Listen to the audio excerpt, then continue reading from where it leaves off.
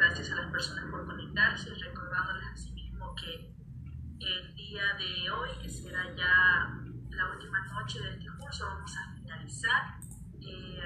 Al final de la participación del doctor Héctor, vamos a tener un sorteo de un libro jurídico, mi estimado doctor, para que al final de su ponencia nos ayude con una pregunta y desde el tema impartido en esta noche, y los participantes que respondan correctamente a la pregunta pues serán acreedores a un libro jurídico. De esta manera y sin más preámbulos, bienvenido estimado doctor, y vamos a dar continuidad a su ponencia, ¿no?, del día de hoy. Bienvenido. Muchas gracias, Génesis, muchas gracias con todos. Es importante recordar, el día de ayer hemos ya empezado el análisis de una de las garantías que nos tocó exponer y analizar respectivamente, que fue la acción de protección. Y habíamos dicho que la acción de protección se ha convertido en esa garantía o en ese mecanismo para poder tutelar derechos en la Constitución cuando obviamente se está existiendo abusos o existen abusos por parte del Estado. Voy a compartir unas pequeñas diapositivas con respecto al tema. Por favor, me confirman si pueden observar las mismas.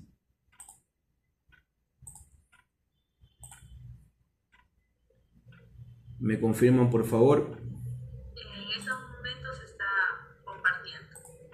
Ahí ya se logró. Perfecto. Y es la razón que el día de hoy nos toca analizar la última garantía con respecto a este taller en Derecho Constitucional. La acción extraordinaria de protección. Una garantía jurisdiccional que forma parte de la Constitución del Ecuador y que se ha convertido en una herramienta más para poder tutelar o proteger los derechos consagrados en la Constitución, cuando dentro de procesos judiciales se vulneran normas específicamente del debido proceso. Quiero empezar esta exposición recordando al jurista y periodista Manuel Crescencio Rejón. Ustedes dirán, ¿quién es Manuel Crescencio Rejón? Él es un mexicano que fue el padre fundador del amparo constitucional. Es el padre del amparo constitucional, porque fue el promotor de que este recurso, esta garantía, se la consagre en la Constitución de Yucatán del año 1841. Es decir, gracias a este jurista, Manuel Crescencio Rejón, es que diversos países copiaron y obviamente estipularon dentro de sus constituciones el recurso de amparo. ¿Y por qué el recurso de amparo? Porque recordemos que una de las primeras génesis o los primeras, se puede decir, inicios de las garantías jurisdiccionales, como la acción de protección que vimos el día de ayer y como la acción extraordinaria de protección que vamos a ver el día de hoy, se debe a este gran jurista mexicano. Bien, para recordar, ustedes ya han escuchado, algunos son abogados, esta garantía denominada acción extraordinaria de protección. Asumo yo, ya han escuchado, ya tienen quizás una pequeña idea, pero ¿qué es como tal la acción extraordinaria de protección? ¿Por qué se denomina acción extraordinaria de protección? Primero recordemos dónde está ubicada la acción extraordinaria de protección. Y ayer he manifestado que dentro de la Constitución está consagradas las garantías constitucionales. Y dentro de esas garantías constitucionales tenemos las garantías de políticas públicas, las garantías normativas y las garantías jurisdiccionales. Es dentro de las garantías jurisdiccionales que encontramos también estipulada a la acción extraordinaria de protección. que viene a consistir en una garantía jurisdiccional creada por el constituyente para proteger derechos constitucionales en actos jurisdiccionales, en procesos judiciales. Recuerden que el día de ayer manifesté que la acción de protección ampara frente a actos u omisiones de la autoridad pública no judicial. Y les manifesté que una de las diferencias es que, en cambio, la acción que estamos viendo el día de hoy, la acción extraordinaria de protección, ampara los derechos constitucionales frente a abusos que se den en procesos judiciales. Esa es una diferencia sustancial entre la AP, acción de protección, que vimos ayer, y la AEP, acción extraordinaria de protección, que estamos viendo el día de hoy. Bien, entonces, es una garantía que me permite a mí como ciudadano reclamar cuando se me ha violado derechos constitucionales dentro de un proceso judicial. Pero vamos a observar frente a qué actos judiciales o actos jurisdiccionales uno puede plantear una acción extraordinaria de protección. Y para eso es preciso primero revisar lo que dice el artículo 94 de la Constitución. ¿Por qué el artículo 94? Porque es en el artículo 94 donde se va a definir y se va a consagrar esta garantía jurisdiccional de acción extraordinaria de protección. Bien, el artículo 94 de la Constitución comienza diciendo lo siguiente: la acción extraordinaria de protección procederá contra sentencias o autos definitivos en los que se haya violado por acción u omisión derechos reconocidos en la Constitución. Esta garantía se interpondrá ante la Corte Constitucional. En ese primer inciso, nuestra Constitución ya nos da ciertos parámetros, ciertas características de la acción extraordinaria de protección. La primera de ellas es que la acción extraordinaria de protección, la vamos a denominar AEP, procede contra sentencias o autos definitivos. Procede o puedo atacar sentencias o autos definitivos.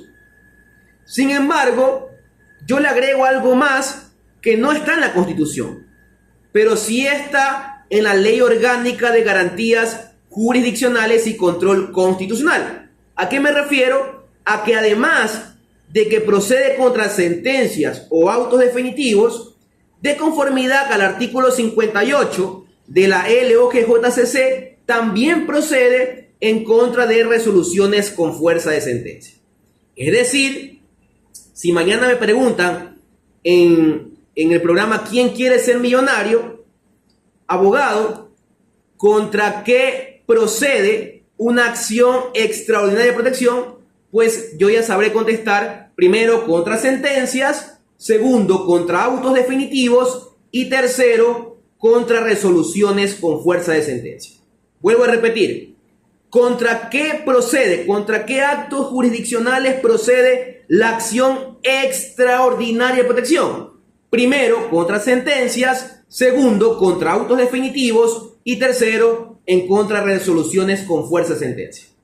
Vamos una última vez. ¿Contra qué procede la acción extraordinaria de protección? Primero, contra sentencias, segundo, contra autos definitivos y tercero, en contra de resoluciones con fuerza de sentencia. Ya tenemos claro contra qué actos yo puedo plantear una acción extraordinaria de protección. Ahora bien, ¿qué derechos protege? Pues protegen todos los derechos reconocidos en la Constitución que se hayan violado dentro de procesos judiciales.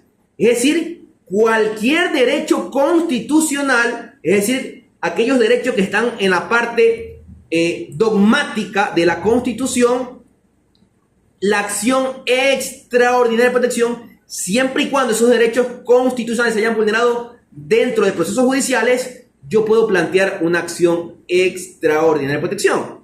¿Y por qué digo aquello? Porque en varias sentencias la Corte Constitucional ha expresado que la acción extraordinaria de protección principalmente procede para garantizar derechos o garantías básicas al debido proceso, que por lo general son los derechos que comúnmente se violan dentro de procesos judiciales. Asimismo, ha señalado en diversas sentencias que también la acción extraordinaria de protección procede en contra o a favor de garantizar la tutela judicial efectiva, estipulado en el artículo 75 de la Constitución. Es decir, que a pesar de que la Corte en sentencias nos ha estipulado o nos ha mencionado de que la acción extraordinaria de protección procede para proteger derechos específicamente al debido proceso y tutela judicial efectiva, no quiere decir que porque solo la Corte ha mencionado esos derechos en específico no se pueda plantear una acción extraordinaria de protección cuando existan violaciones de derechos o de otros derechos constitucionales. Y les pongo un ejemplo. ¿Qué sucede si en un proceso judicial me violan el principio de igualdad y no discriminación? Pues obviamente, a pesar de que no es un derecho que forma parte del debido proceso y no corresponde a la tutela judicial efectiva, yo puedo aún así plantear una acción extraordinaria de protección por cuanto es un derecho constitucional. ¿Por qué? Porque la Constitución dice claramente para proteger derechos reconocidos en la Constitución. Bien, vamos desmenuzando este artículo 94 que es muy importante. Ya sabemos qué derechos, ya sabemos contra qué actos. Ahora es importante determinar que esos actos sean por acción u omisión del juzgador. ¿Por qué manifiesto esto? Porque vamos a ver más adelante que en una sentencia la Corte Constitucional ha definido ciertos parámetros para poder admitir una acción extraordinaria de protección. Y entre esos parámetros está que el abogado debe determinar si esa violación de ese derecho constitucional dentro de un proceso judicial es por una acción o una omisión del juzgador. ¿Ya? Y esto es importante porque muchas veces los abogados nos olvidamos de estipular si la vulneración de ese derecho reconocido en la Constitución dentro de un proceso judicial se ha violado, se ha vulnerado por acción u omisión, ¿no? Como tal. Ya sabemos que la acción es el acto de ejercer un movimiento, un aspecto físico, y la omisión es un no hacer, ¿no? Bien, entonces, sabemos que la acción extraordinaria de protección me permite proteger derechos reconocidos en la Constitución cuando existan violaciones de esos derechos por actos u omisiones de los juzgadores, y puedo atacar yo sentencias, autos definitivos y resoluciones con fuerza de sentencia. Bien, ¿qué órgano es el competente para conocer la acción extraordinaria de protección? Pues el órgano competente, el órgano que va a resolver la acción extraordinaria de protección, es la Corte Constitucional del Ecuador. Y aquí quiero hacer una pequeña digresión, porque ayer hemos visto la acción de protección, el día de ayer, y hemos dicho que la acción de protección se puede presentar ante cualquier juez de primera instancia, o si es que existe una vulneración respectivamente en el lugar de domicilio donde se ha producido la vulneración de los derechos, o específicamente donde se derivan sus consecuencias. Hemos dicho que cualquier juez de primera instancia, cualquier juez ordinario puede conocer una acción de protección, pero en cambio la acción extraordinaria de protección yo no lo puedo presentar ante cualquier juez. El órgano competente para conocer la acción extraordinaria de protección es la Corte Constitucional del Ecuador. Por tanto, es una diferencia más. Mientras que la AP que vimos el día de ayer, yo puedo presentar ante cualquier juez ordinario, la acción extraordinaria de protección yo solo la puedo presentar ante la Corte Constitucional del Ecuador. Bien, eso es un aspecto importante porque a veces nos confundimos. ya que en el reglamento y en la ley orgánica dice que la demanda la puedo presentar ante el juez que presuntamente me ha violado mis derechos en un proceso judicial. Una cosa es la presentación, otra cosa es qué órgano competente va a resolver. Y claramente la Constitución dice que el órgano competente que va a resolver y ante quien se va a interponer es la Corte Constitucional. Eso no quiere decir que en el procedimiento muchas veces podamos presentar la demanda de acción extraordinaria de protección ante el juez que presuntamente ha violado derechos constitucionales dentro de un proceso judicial, ya que ese juez va a tener la obligación de remitir el expediente a la Corte Constitucional para que la Corte pueda resolver la acción extraordinaria de protección con la demanda respectiva. Ya vamos a ver ese detalle más adelante de manera detenida. Bien, ¿qué otro aspecto interesante me dice la Constitución en su artículo 94 con respecto a la acción extraordinaria de protección? Dice que esta garantía procede cuando se haya agotado todos los recursos ordinarios y extraordinarios dentro del término legal. Y esto es importante. ¿Por qué es importante? Porque yo no puedo presentar una acción extraordinaria de protección cuando todavía tengo recursos en la vía ordinaria, como por ejemplo apelación, como por ejemplo recurso de casación, respectivamente. Si yo tengo recursos en la vía ordinaria, en la vía legal, que todavía no los he utilizado, pues no puedo presentar, no puedo plantear una acción extraordinaria de protección, porque yo debo de haber agotado todos los recursos ordinarios y extraordinarios dentro del término legal. Esto es importantísimo, porque muchas veces pensamos que basta con que ese auto o esa sentencia me haya violado mis derechos. No, si yo tengo recursos todavía en la vía ordinaria que no los he ejercido, yo no puedo plantear una acción extraordinaria de protección porque yo debo haber agotado esos recursos ordinarios y extraordinarios dentro del término legal.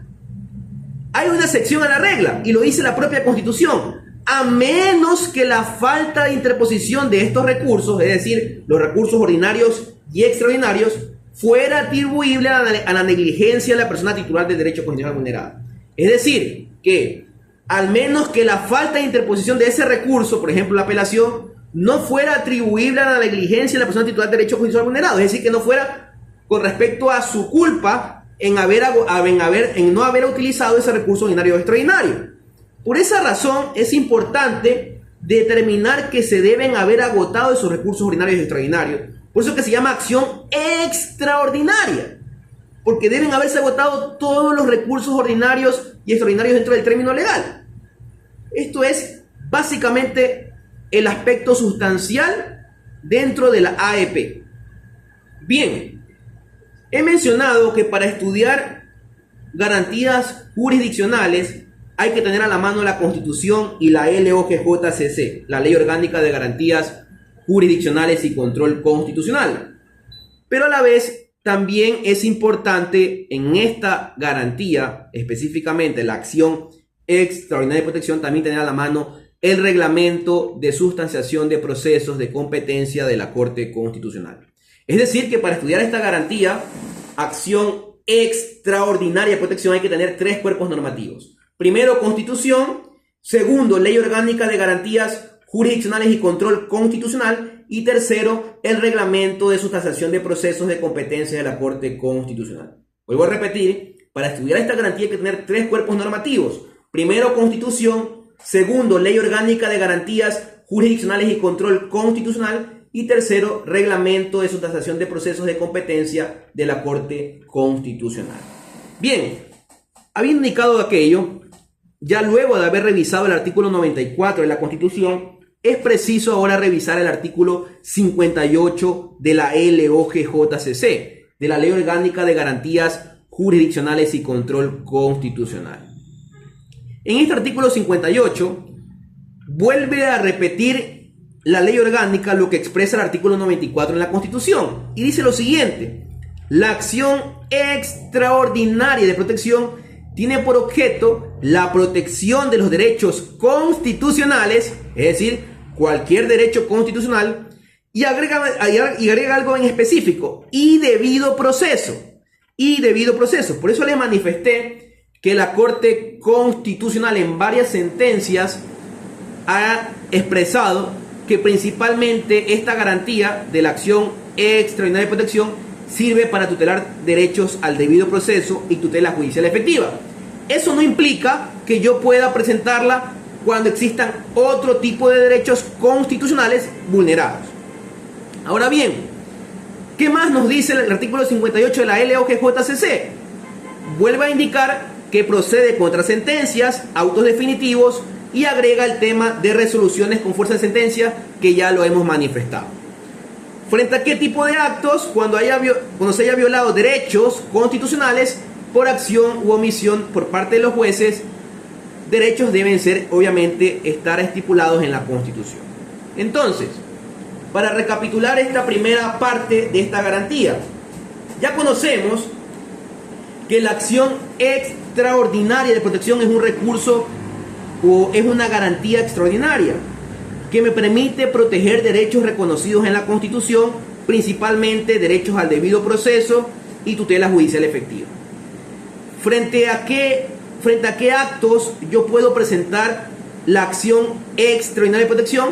Frente a actos u omisiones de la autoridad de las autoridades judiciales, es decir, los jueces, cuando obviamente hayan violado derechos reconocidos en la Constitución. ¿Frente a qué actos jurisdiccionales? Frente a sentencias, autos o resoluciones con fuerza de sentencia. Bien. Ya analizando este aspecto, ahora es preciso verificar lo que le manifesté al inicio, que existe una sentencia de la Corte Constitucional que especifica qué parámetros debe tener o debe incluir una acción extraordinaria de protección. Es decir, para yo poder presentar una acción extraordinaria de protección, ¿qué debo yo fundamentar o argumentar? Y lo primero que hay que estipular en una acción extraordinaria de protección es una tesis o conclusión. ¿Qué significa esto? En la tesis o conclusión yo debo afirmar cuál es el derecho fundamental cuya vulneración se acusa. Es decir, yo en la tesis o conclusión debo mencionar cuál es el derecho constitucional que se ha violado dentro de un proceso judicial. Segundo aspecto que yo debo mencionar es la base fáctica. Es decir, debo expresar si esa violación de ese derecho constitucional se produjo por una acción o una omisión del juzgador o de la autoridad judicial cuya consecuencia ha provocado la vulneración de ese derecho fundamental. Es decir, debo determinar si el acto del juez se ha dado por una acción o una omisión, un no hacer de la autoridad judicial respectivamente. Y tercero, debo mencionar una justificación jurídica, es decir, por qué esa acción u omisión del juez vulnera ese derecho fundamental, ese derecho constitucional de forma directa e inmediata. Esos tres parámetros son importantes determinar en la demanda de acción extraordinaria de protección. Si yo no determino esos tres parámetros, tesis, base fáctica y justificación jurídica, no me van a admitir la demanda de acción extraordinaria de protección.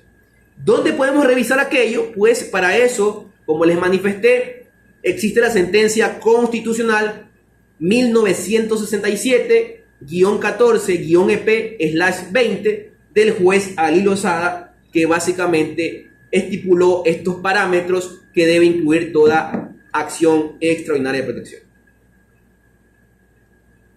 Bien, continuando con el tema, ahora es preciso revisar y analizar la legitimación activa. Es decir, y abogado, ¿quién puede presentar una acción extraordinaria de protección? Para analizar aquello hay que revisar primero la Constitución, la norma suprema. Y para eso, claramente el artículo 437 de la Constitución, uno de los últimos artículos, dice lo siguiente: los ciudadanos en forma individual o colectiva podrán presentar una acción extraordinaria de protección contra sentencias, autos definitivos y resoluciones con fuerza de sentencia. Ojo, los ciudadanos de forma individual o colectiva. Es decir, un individuo o una colectividad puede presentar una acción extraordinaria de protección. Legitimación activa. ¿Quién puede presentar? Para la admisión de esta garantía, de esta acción extraordinaria de protección, la Corte va a revisar ciertos requisitos que también son importantes tenerlos en cuenta. Primer requisito que estipula la Constitución en el artículo 437, que debe tener toda acción extraordinaria de protección, que se trate de sentencias, autos definitivos y resoluciones firmes o ejecutoriadas. Esto es importante. Yo debo verificar o yo debo atacar una sentencia, un auto definitivo o una resolución firme o ejecutoriada, es decir, resoluciones con fuerza de sentencia. ¿Por qué manifiesto aquello? Porque no cualquier acto judicial yo puedo atacar a través de la acción extraordinaria de protección. No cualquier acto, no cualquier providencia o cualquier auto, no. Yo debo atacar sentencias en la cual en una sentencia se me haya violado derechos constitucionales o un auto definitivo, es decir, aquellos autos que matan el proceso, o resoluciones firmes o ejecutoriadas, es decir, resoluciones con fuerza de sentencia. No cualquier acto jurisdiccional yo puedo atacar con una acción extraordinaria de protección. Solo deben ser aquellas que pongan fin a un proceso. Sentencias, autos definitivos y resoluciones firmes o ejecutoriadas, o también denominadas resoluciones con fuerza de sentencia. Bien, ¿qué otro requisito adicional se requiere también estipularlo e indicarlo en una acción extraordinaria de protección? Pues el segundo requisito es que el recurrente, es decir, el legitimado activo, demuestre que en el juzgamiento respectivo se ha violado por acción u omisión el debido proceso u otros derechos reconocidos en la Constitución. Como les he manifestado, debe determinarse si esa violación de ese derecho constitucional, por lo general siempre se dan vulneraciones a las garantías básicas al debido proceso, se debe determinar si esa vulneración es por una acción u omisión del juzgador. Debo determinar si fue una omisión del juzgador, es decir, un no hacer, o una acción, un hacer respectivo del juzgador. Esto es importante. Entonces, ya sabemos que para poder presentarlo puede ser una persona en forma individual o una colectividad. Asimismo, vuelve a mencionar el artículo 437 de la Constitución que hay ciertos requisitos que se deben cumplir para presentar una acción extraordinaria de protección, como es que yo deba atacar sentencias o deba atacar autos definitivos o resoluciones firmes o ejecutoriadas, o también conocidas resoluciones con fuerza de sentencia. Y asimismo debo demostrar que ese derecho constitucional violado es por un acto u omisión del juzgador. Bien, pero ¿qué otro artículo también me determina y me expresa la legitimación activa? Pues también el artículo 439, que dice que las acciones constitucionales podrán ser presentadas por cualquier ciudadano o ciudadana de manera individual o colectiva. Es decir, el artículo 439 vuelve a afirmar que la legitimación activa puede ser una persona o una colectividad. ¿Ya? Para eso es preciso también mencionar el tema de la legitimación activa, que también lo menciona, también lo tipifica la Ley Orgánica de Garantías Jurisdiccionales y Control Constitucional. Específicamente en el artículo 59 de la LOGJCC se expresa que la acción extraordinaria de protección puede ser interpuesta por cualquier persona o grupos de personas que han o hayan debido ser parte en un proceso por sí misma o por medio de procurador judicial. Es decir, ya menciona también otro aspecto interesante de que pueden ser personas que se presenten en un proceso judicial para presentar la acción extraordinaria de protección por sí mismas o a través de un procurador judicial, que por lo general es un abogado. Bien, ¿qué otro aspecto importante de analizar y tener en cuenta en una acción extraordinaria de protección? Y creo que este es el aspecto más importante. ¿Por qué digo que es el aspecto más importante? Porque a quién no le ha pasado que por transcurrir el término en ciertos recursos, nos hemos quedado sin poder presentarlos. A veces los abogados tenemos tantas causas y no tenemos un orden en las causas que se nos puede pasar los términos. Eso no debe ocurrir, porque obviamente debemos tener un orden al momento de llevar los procesos y no se nos puede pasar los términos o los plazos respectivamente al momento de ejercer nuestra profesión. Por esa razón este término es muy importante, porque a diferencia de la acción de protección que vimos el día de ayer, la acción extraordinaria de protección sí estipula un término para poder presentarla. No la puedo presentar como la AP en cualquier momento. No, acá hay un término establecido por la Ley Orgánica de Garantías Jurisdiccionales y Control Constitucional. ¿Cuál es ese término? Es de 20 días. Yo tengo 20 días término para poder presentar la acción extraordinaria de protección respectivamente. Pero abogado, ¿desde cuándo comienzo a contar ese término? ¿Desde cuándo comienza a correr el término? Pues claramente el artículo 60 de la Ley Orgánica de Garantías Jurisdiccionales y Control Constitucional nos dice que el término para interponer la acción extraordinaria de protección es de 20 días que se contarán desde la notificación de la decisión judicial. Es decir, desde cuando a mí me notifican con la sentencia, con el auto definitivo o con la resolución con fuerza de sentencia, yo debo contabilizar desde que me notifica 20 días término, es decir, 20 días hábiles para poder presentar la acción extraordinaria de protección. No lo puedo hacer en cualquier momento como la AP que vimos el día de ayer. Acá sí hay un término establecido, que son 20 días contados desde la notificación de la decisión judicial. Esto es importante porque muchas veces pensamos de que podemos presentar en cualquier momento. No, tenemos 20 días término contados desde la notificación de la decisión judicial. Y obviamente, ¿qué sucede, abogado, si yo desconocía de ese proceso? Es decir, yo era una persona que desconocía ese proceso, sin embargo esa sentencia me ha violado derechos constitucionales a mí. A pesar de que yo no era parte de ese proceso, me violó esa sentencia. Y después que obviamente se pasó ya los 20 días, me enteré de que había una sentencia que me perjudicaba, por ejemplo, en un derecho de propiedad de mi patrimonio. ¿Qué hago, abogado? Pues claramente el artículo 60 dice que para aquellas personas que debieron haber sido parte del proceso y no lo fueron, el tiempo de los 20 días correrá desde que tuvieron conocimiento de la providencia. Porque obviamente muchas veces hay sentencias o autos definitivos o resoluciones con fuerza de sentencia en la cual la persona que ha sido afectada en su derecho constitucional no ha formado parte de ese proceso, desconoce ese proceso.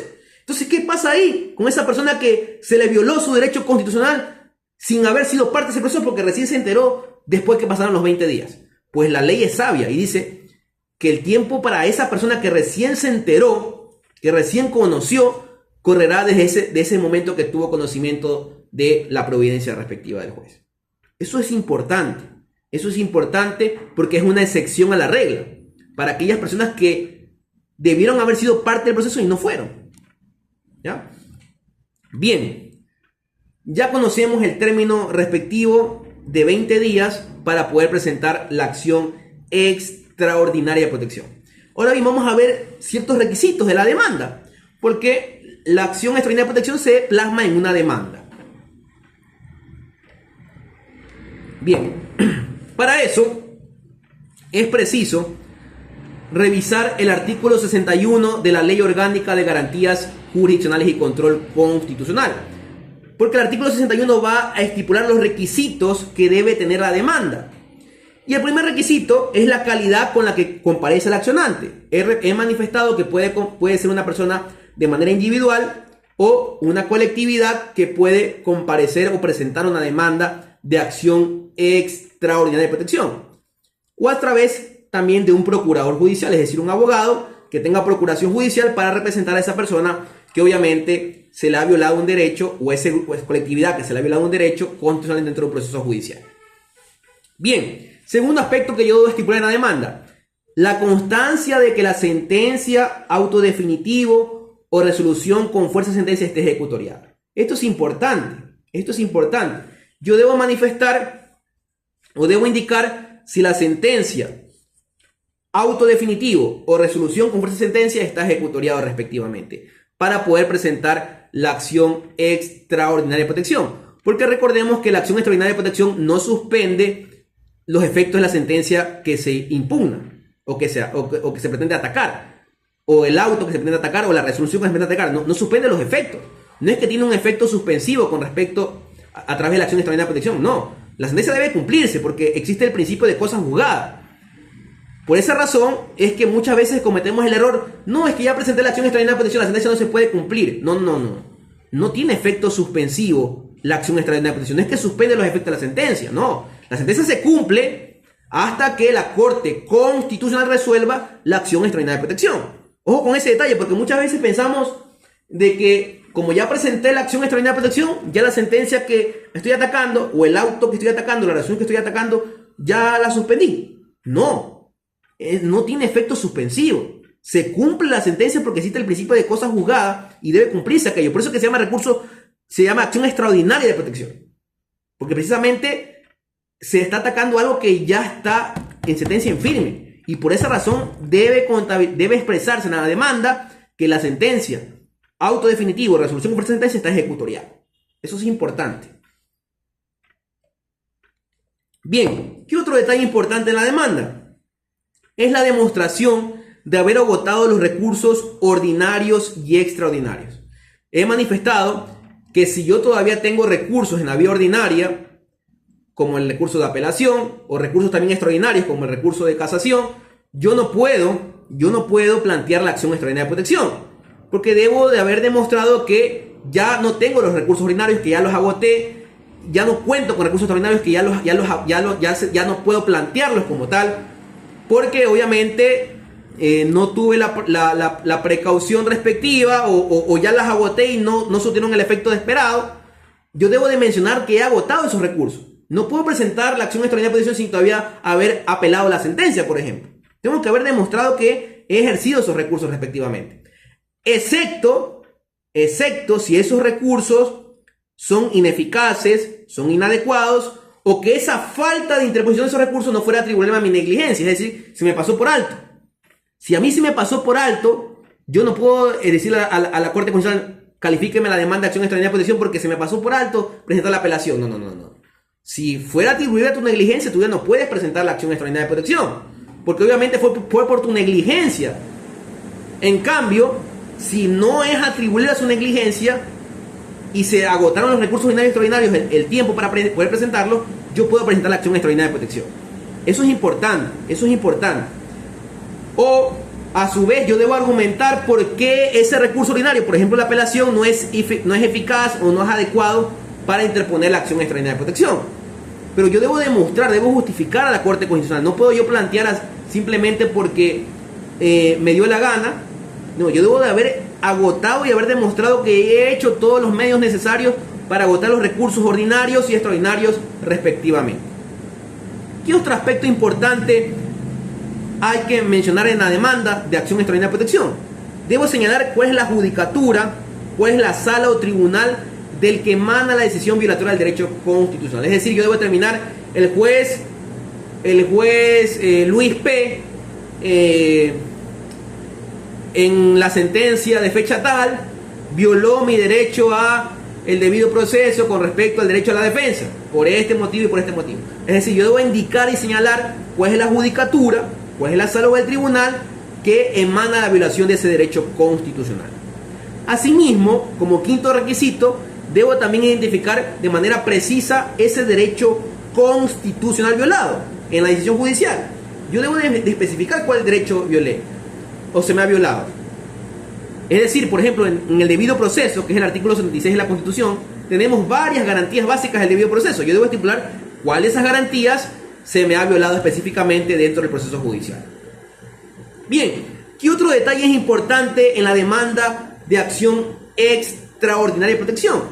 Pues debo especificar si la violación ocurrió durante el proceso, indicando el momento en que se alegó la violación ante el juez que conoció la causa. Es decir, yo debo especificar en qué sentencia, en qué auto con fuerza de sentencia o en qué resolución específicamente ocurrió dentro del proceso esa violación de ese derecho constitucional que yo alego. ¿En qué momento la jueza por acción u omisión violó un derecho constitucional? Por ejemplo, la tutela judicial efectiva, debido proceso. Debo determinar de manera clara. Debo señalar, señor juez constitucional de foja tal, consta la sentencia tal, de fecha tal. O sea, debo determinar y especificar respectivamente dónde ocurrió la violación de ese derecho constitucional. No puedo simplemente anunciar de manera superficial. Debo determinar de manera clara. Bien, el artículo 61 que hemos visto que expresan los requisitos de la demanda de acción extraordinaria de protección, también deben concordarlo con otro cuerpo normativo que he manifestado que se utiliza para estudiar esta acción extraordinaria de protección, que es el reglamento de sustanciación de procesos de competencia de la Corte Constitucional. Es decir, el artículo 61 de la LOGJCC, concuérdenlo, hagan sus respectivas concordancias con el artículo 45 del reglamento de sustanciación de procesos de competencia de la Corte Constitucional. Porque ahí también nos van a especificar otros requisitos adicionales o van a afirmar los ya estipulados en el artículo 61 de la LOGJCC. ¿Y qué nos dice el artículo 45 del reglamento de sustanciación de procesos de competencia de la Corte Constitucional? Dice lo siguiente: la demanda de acción extraordinaria de protección deberá cumplir con ciertos requisitos establecidos en el artículo 61 de la LOGJCC. Ya hemos visto estos requisitos que constan en el artículo 61 de la LOGJCC. Pero ¿qué más nos dice? El recurrente deberá demostrar documentadamente que las sentencias o autos definitivos, y le agrego más ahí, resoluciones con fuerza de sentencia, se ha violado por acción o omisión el debido proceso u otros derechos constitucionales. ¿Por qué afirma siempre debido proceso? Porque recordemos que por lo general en los procesos judiciales lo que más se viola o se vulnera son las garantías básicas del debido proceso por parte de los jueces. Entonces, por esa razón es que el reglamento afirma nuevamente el debido proceso, pero no deja, no es de manera taxativa o no es de manera números clausus, sino que también dice u otros derechos constitucionales. Bien,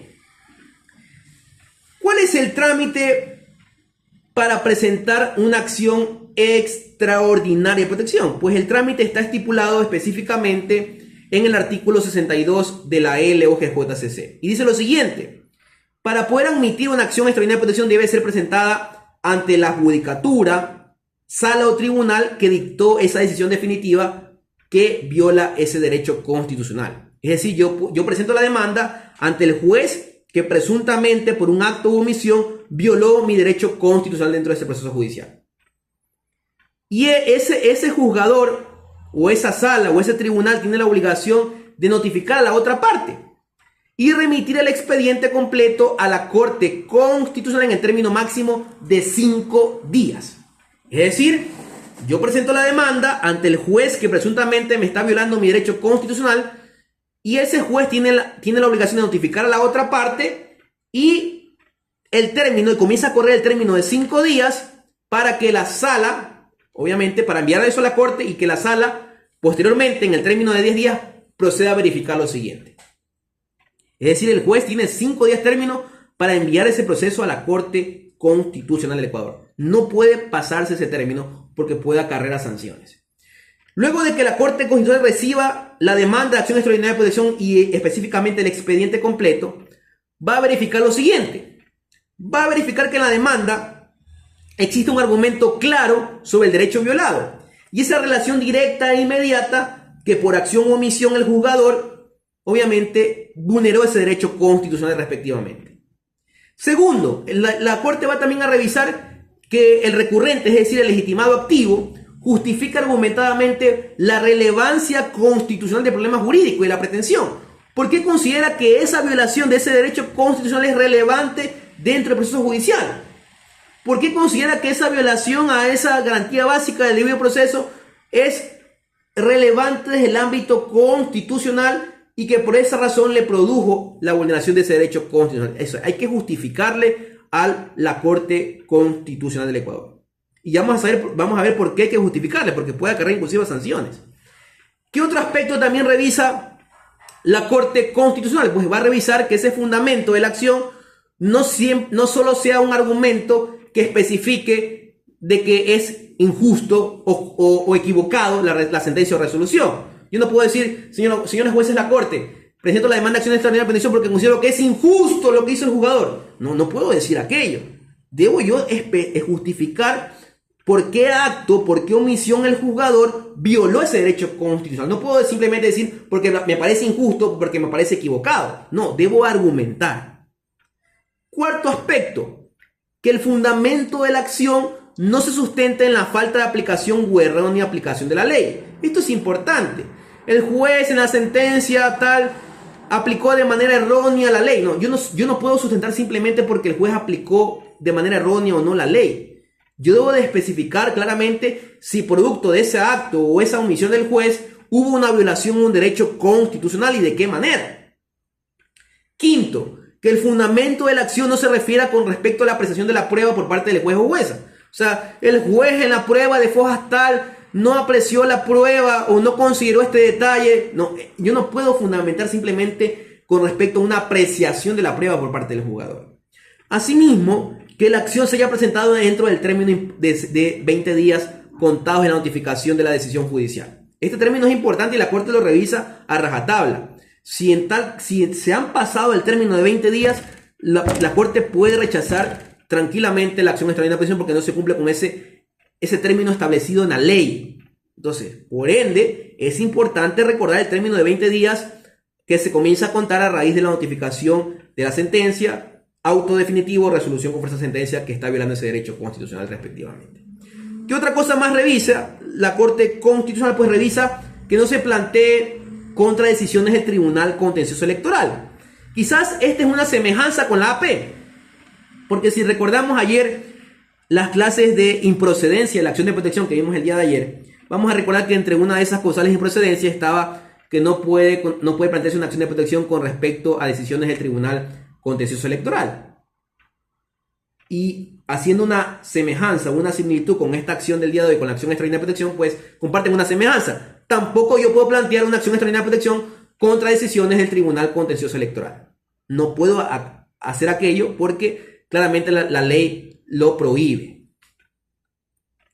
¿Qué otro aspecto es importante también con respecto a lo que revisa la Corte al momento de presentar la demanda de acción extraordinaria de protección? Pues la Corte va a revisar el tema y va a admitir este recurso extraordinario de protección y va a tratar de solventar esa violación grave de derechos, va a establecer precedentes judiciales, va a corregir la Corte esas inobservancias respectivamente y asimismo va a sentenciar y va a expresar esa trascendencia o relevancia que tiene el caso que llevó a conocimiento a través de la acción extraordinaria de protección.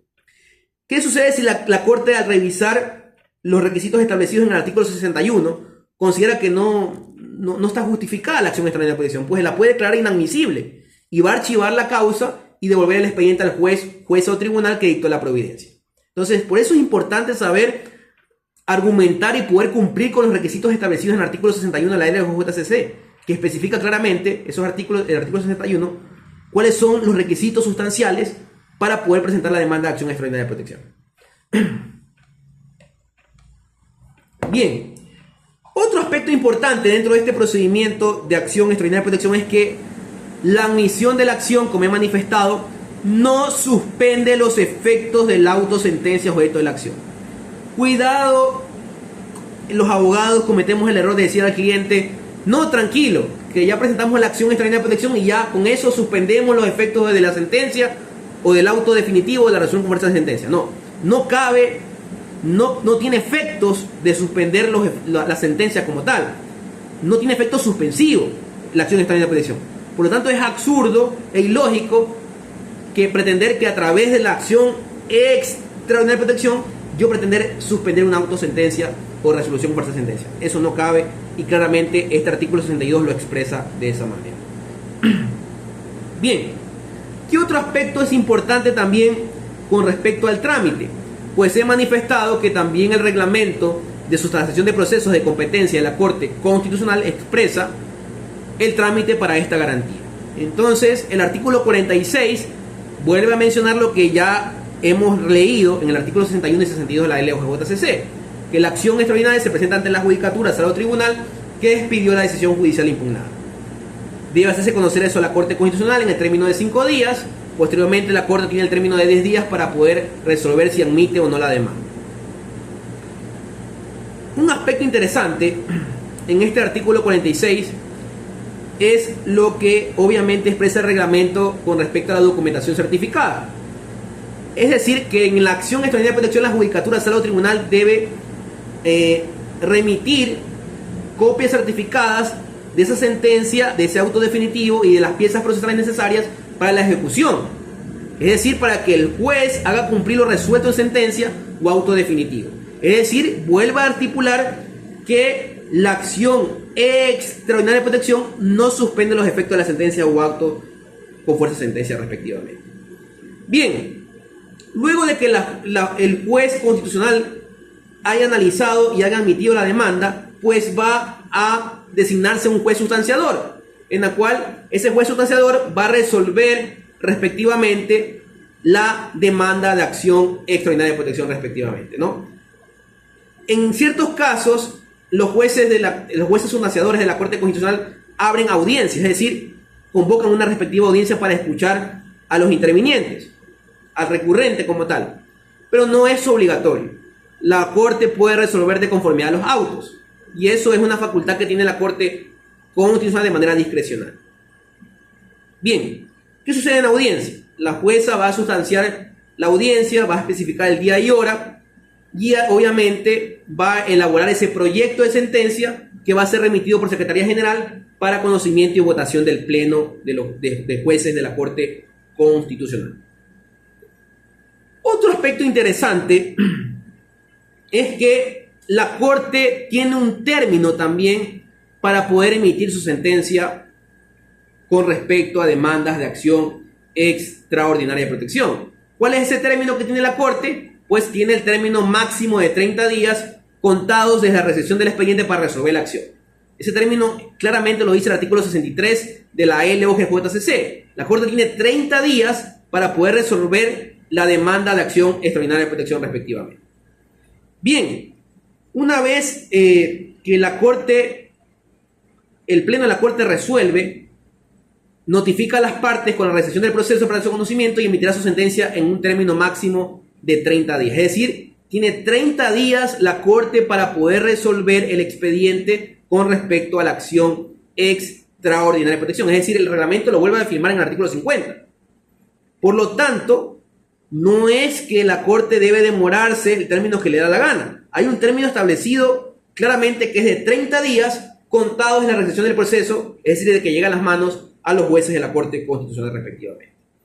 Bien, ¿por qué manifesté que es importante saber fundamentar las demandas de acción extraordinaria de protección? Porque puede acarrear a que a los abogados que presentan acciones extraordinarias de protección de manera infundamentada, es decir, de manera errónea y sin cumplir los requisitos establecidos en el artículo 61 y 62 de la LOGJCC, puede ser sancionado por la Corte Constitucional del Ecuador a través de una sanción específicamente que envía para que lo ejecute la función, en este caso judicial, a través del Consejo de la Judicatura, cuando ese abogado patrocinador presente acciones extraordinarias de protección sin fundamento alguno. Por eso es importante tener claro, fundamentar bien la acción para evitar que la Corte sancione a los abogados que presenten acciones extraordinarias de protección de manera infundamentada, sin fundamento, sin argumentos, respectivamente. Bien, hablo el espacio a preguntas respectivamente, ya que me estoy quedando sin voz también.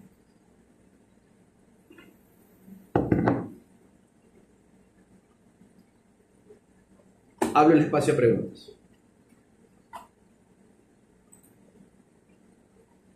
Listo, mi doctor.